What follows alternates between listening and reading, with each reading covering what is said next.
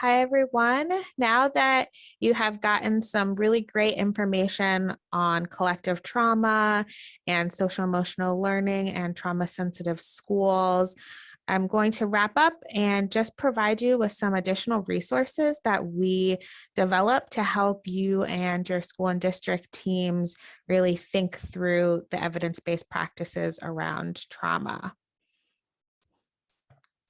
So through REL Southwest, and the first webinar that I mentioned earlier during the welcome session, they developed this resources guide that has additional resources related to collective trauma and supporting the well-being of students and staff. And so this will be linked in the slide deck that you all have access to.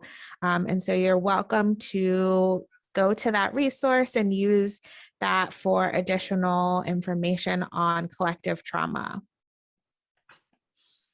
Through REL Southeast, we developed two resources that can also be helpful for you. There's a research synthesis and an action planning template. And I will pull those up just to walk you through those quickly. So we have this research synthesis here, which, as a reminder, if you attended the first session, really looks at the literature and pulls out evidence-based practices related to these four different areas. So there are academic interventions, data and technology, non-academic interventions, and special populations.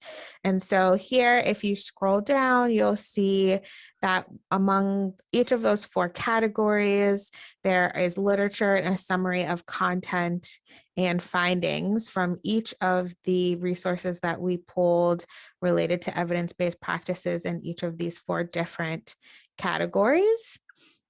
And we also developed an action planning template for you and your teams to use to help you think through what strategies you're going to implement, think through the current practice, what you're currently doing, any changes that you might make, and also ways that you can help try to track and see how those practices are working. And so we populated some of the strategies that we talked about today during this session within this action planning template to help guide you through this process. And we also have some questions for you to help think through this process as well. And then at the end, there are some additional resources related to trauma and social emotional learning to help you and your district, school and district teams think through how to implement some of the practices that you learned about today. So we have both of those resources along with the handout that are on the website in addition to these recordings and the PowerPoint slides for you to go through with your teams.